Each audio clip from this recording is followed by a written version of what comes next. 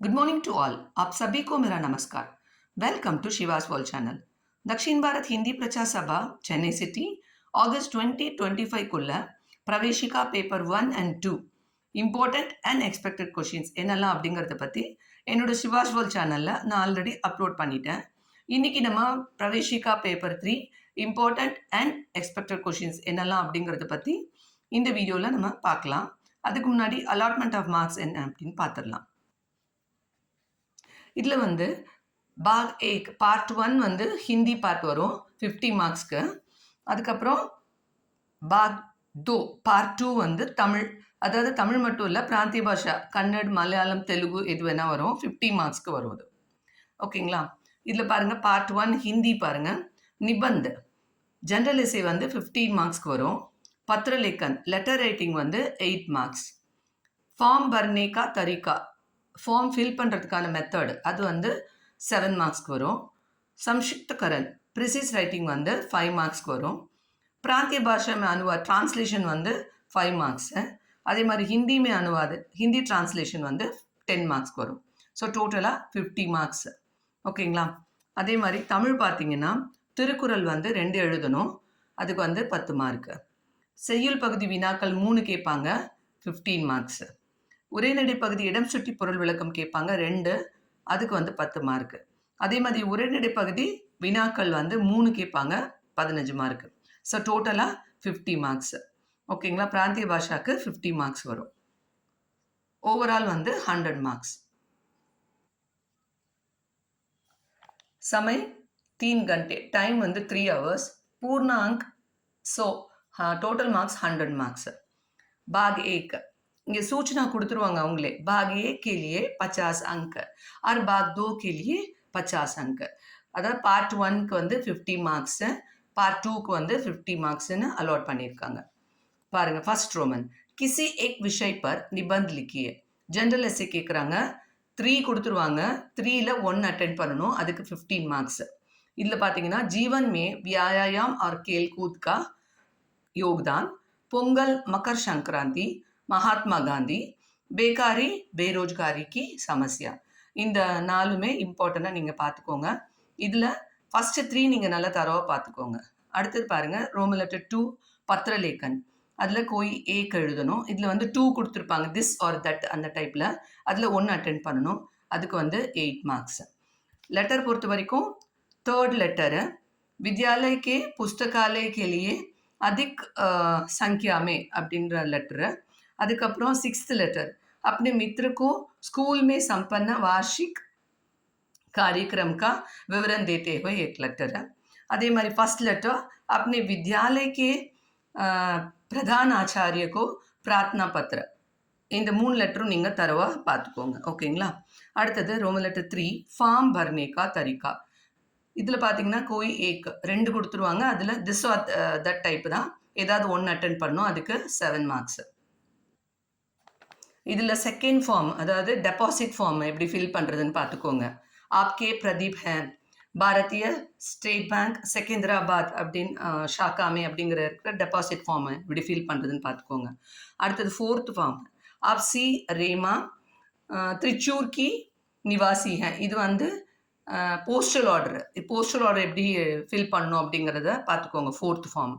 அதுக்கப்புறம் ஆப் अपने 4 मित्रों के साथ चेन्नई से ராமேஸ்வரம் அப்படின்ற, அதாவது ரிசர்வேஷன் ஃபார்ம். ஆரக்ஷன் ஹேத்து ஃபார்ம்.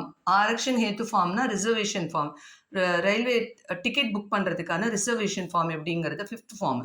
இந்த 3 ஃபார்மு எப்படி ஃபில் பண்ணுறதுங்கிறத நீங்கள் எழுதி பார்த்துக்கோங்க. சரிங்களா? அடுத்தது ரோமன் லெட்டர் 4 निम्नलिखित गद्यांश को संक्षेप में लिखिए. ப்ரீசிஸ் ரைட்டிங் பார்த்தீங்கன்னா இதுக்கு பார்த்தீங்கன்னா 5 மார்க்ஸ். 1 தான் கொடுப்பாங்க, அந்த 1 அப்படியே எழுதணும், நீங்கள் சாய்ஸ் கிடையாது.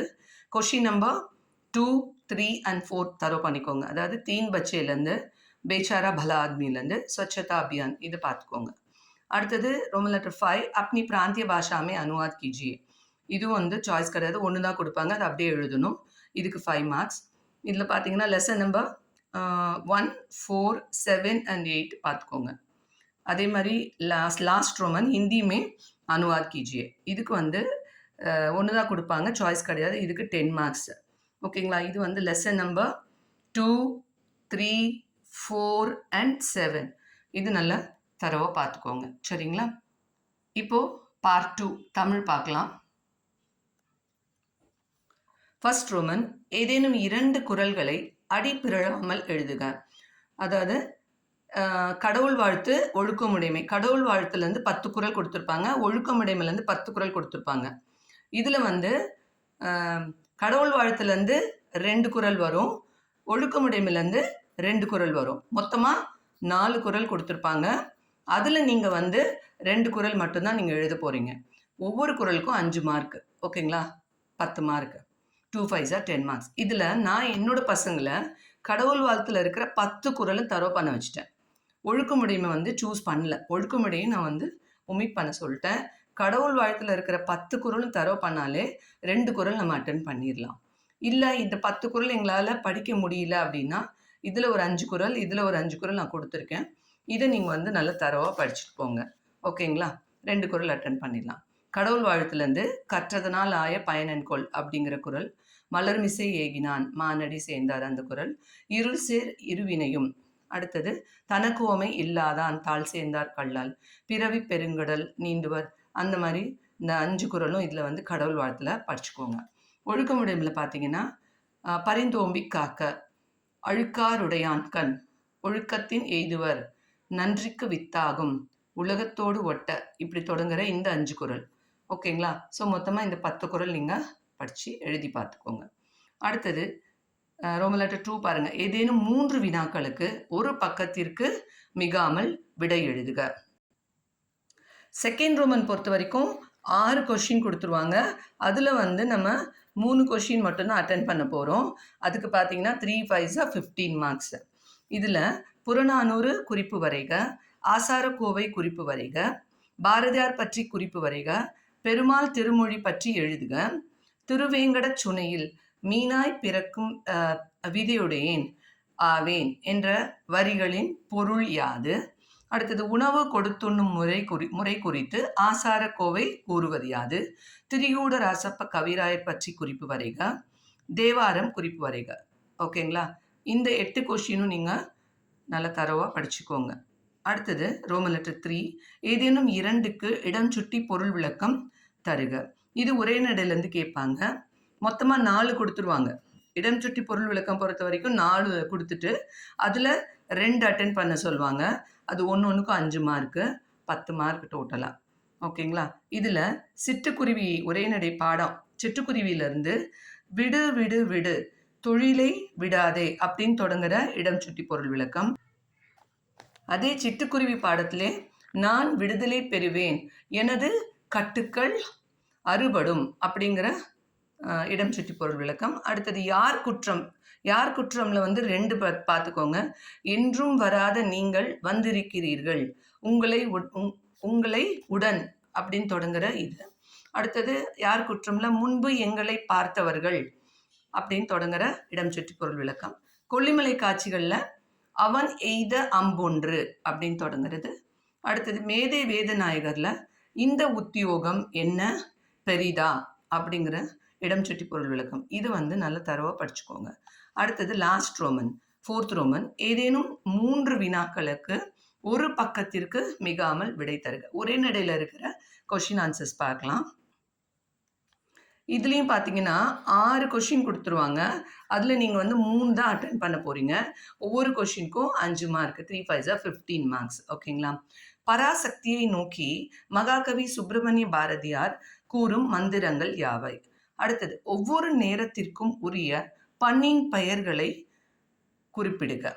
அடுத்தது பார்த்தீங்கன்னா கொல்லிமலையின் இயற்கை காட்சி பற்றி எழுதுக. அடுத்தது மேதை வேதநாயகரின் பிறப்பு மற்றும் பெற்றோர் பற்றி எழுதுக. அடுத்தது பேச்சு எவ்வாறு இருக்க வேண்டும் என ஆசிரியர் கூறுகிறார். பந்து தோன்றிய கதை பற்றிய சரித்திரம் காட்டிய சான்றுகள் யாவை? ஓகேங்களா? இந்த கொஷினை நீங்கள் தரவாக படித்து பார்த்துக்கோங்க. இந்த வீடியோ உங்களுக்கு பிடிச்சிருந்ததுன்னா லைக் பண்ணுங்கள், கமெண்ட் பண்ணுங்கள். மறக்காமல் சிவாஸ் வேர்ல்ட் சேனலை சப்ஸ்கிரைப் பண்ணுங்கள். நெக்ஸ்ட் வீடியோவில் பார்க்கலாம். All the best children. Thank you.